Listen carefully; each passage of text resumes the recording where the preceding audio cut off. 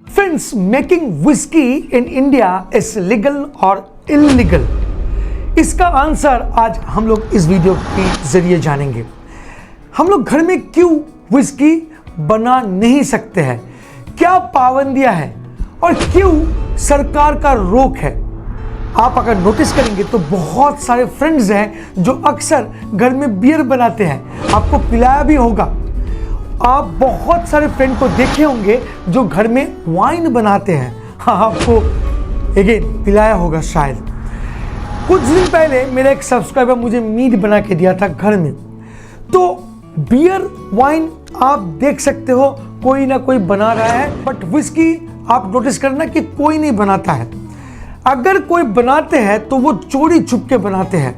तो इंडिया में विस्की घर में बनाना क्यों इल्लीगल है, क्या प्रॉब्लम है, चलिए आज इस वीडियो से इसका ही आंसर ढूंढते हैं। You are watching cocktails India and I am your host Dada bartender.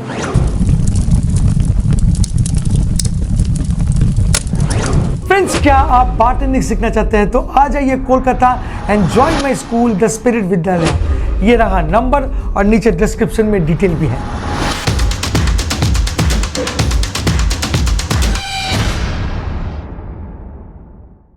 Welcome back friends, India में आप घर में विस्कीज बना नहीं सकते हैं as per the government law. जी हाँ, ये गवर्नमेंट का लॉ है कि आप घर में विस्की नहीं बना सकते, बल्कि मैं बोलूँगा कोई भी स्पिरिट आप घर में नहीं बना सकते हैं जो डिस्टिलेशन के माध्यम से होते हैं, जैसे कि टकीला, रम, जिन, वोडका, ब्रांडी, विस्की तो ही है। तो ये सारा चीज आप घर में बिल्कुल बना नहीं सकते। तो ऐसा क्यों हम लोग वाइन बना सकते हैं, क्यों हम लोग बियर बना सकते हैं, क्यों विस्की नहीं। फ्रेंड्स, वाइन एंड बियर को बनाने के लिए आपको फर्मेंटेशन करने पड़ते हैं और फर्मेंटेशन के जरिए आपके पास जो अल्कोहल आपको मिलते हैं, जो अल्कोहल मिलते हैं उसका परसेंटेज यूजुअली 5 टू मैक्स 10 तक जा सकता है या 12 तक जा सकते हैं, उससे ज़्यादा होगा ही नहीं। और इसीलिए ये आप घर में बना सकते हैं क्योंकि ये उतना हानिकारक नहीं है। आप अगर फर्मेंटेशन के ज़रिए कुछ भी बनाते हैं तो वो चल सकता है, बट याद रखिएगा कि आप 50 लीटर्स और उससे ज़्यादा घर में नहीं बना सकते हैं, तो फिर कानून के दायरे में आ जाएंगे। अब आता हूं आपका आंसर देने के लिए कि why it is illegal in India, whisky making is illegal in India.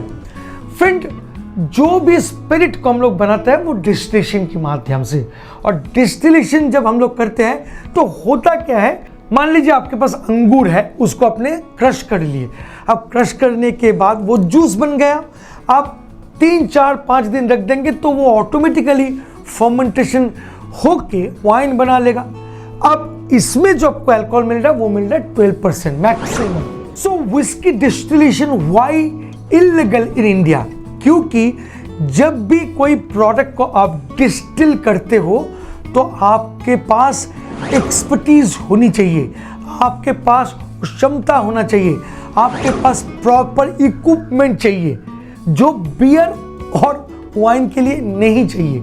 और ये क्यों चाहिए, क्योंकि जब आप डिस्टिल करते हो तो अल्कोहल को वाटर से आप सेपरेट करते हो, और जब सेपरेट करते हो तो अल्कोहल वॉल्यूम जो है बहुत ज़्यादा बढ़ जाता है। मतलब आप देखे होंगे कि वाइन में और बियर में 5 या मैक्सिमम 12% अल्कोहल मिलते हैं, बट अब जब डिस्टिल करते हो तो वो 75, 80, 96 तक चले जाते हैं। अब यहाँ पर एक ट्विस्ट है, जब भी हम लोग डिस्टिल करते हैं तब अल्कोहल जो है, जिसको हम लोग इथाइल के नाम पे जानते हैं, जो कंज्यूमेबल है, जिसको हम लोग पीते हैं, वो इथाइल तो रहता है, साथ साथ मेथनॉल भी रहते हैं और भी बहुत सारे अलग अलग कंपाउंड उस पर्टिकुलर फर्मेंटेड लिक्विड में मिले हुए होते हैं।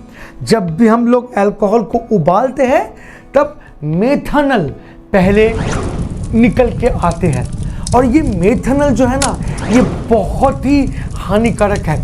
अगर आपके शरीर में थोड़ी सी भी मेथनॉल चले जाते हैं तो आप अंधा हो सकते हैं, आपका किडनी का प्रॉब्लम हो सकता है, आप डायरेक्टली मर सकते हैं। जी हाँ, ये पॉइजन है और हमारे पास वो एक्सपर्टीज नहीं है, हम लोग के पास वो इक्विपमेंट नहीं है। तो इसीलिए जब हम अल्कोहल बनाने के लिए शुरू करते हैं डिस्टिलेशन, तब वो मेथनॉल भी बहुत अच्छी तरीके से घुल मिल के रह जाता है आपका इथेनॉल में और इथाइल अल्कोहल में, जिसको हम लोग अलग नहीं कर पाते हैं। तो इसके कारण इंडिया क्यों पूरे वर्ल्ड में आप घर में डिस्टिल नहीं कर सकते हैं। तो भी आपको YouTube वीडियोस में मिल जाएंगे कि कोई बना रहा है और बना के आपको दिखा रहा है कि आप ऐसे विस्की बनाओ, आप ऐसे रम बनाओ, जिन बनाओ। देखिए, वो लोग जो बना रहे हैं, अगर किसी कारण से उनका गवर्नमेंट पकड़ देता है तो वो जेल भी हो सकते हैं, मतलब उन लोगों का जेल भी हो सकता है। आइए थोड़ा और बारीकी से समझते हैं कि जो कंपनीज बनाते हैं वो कैसे इसको अलग करते हैं। तो यहाँ पर आता है 3-4 टर्म्स जो टेक्निकल टर्म्स है, मैं फिर भी आसान तरीके से समझा देता हूँ। जब भी हम लोग कोई लिक्विड को, फर्मेंटेड लिक्विड को उबालते हैं तो मेथनॉल पहले आते हैं, जिसको हम लोग बोलते हैं फोरशॉट्स और हेड।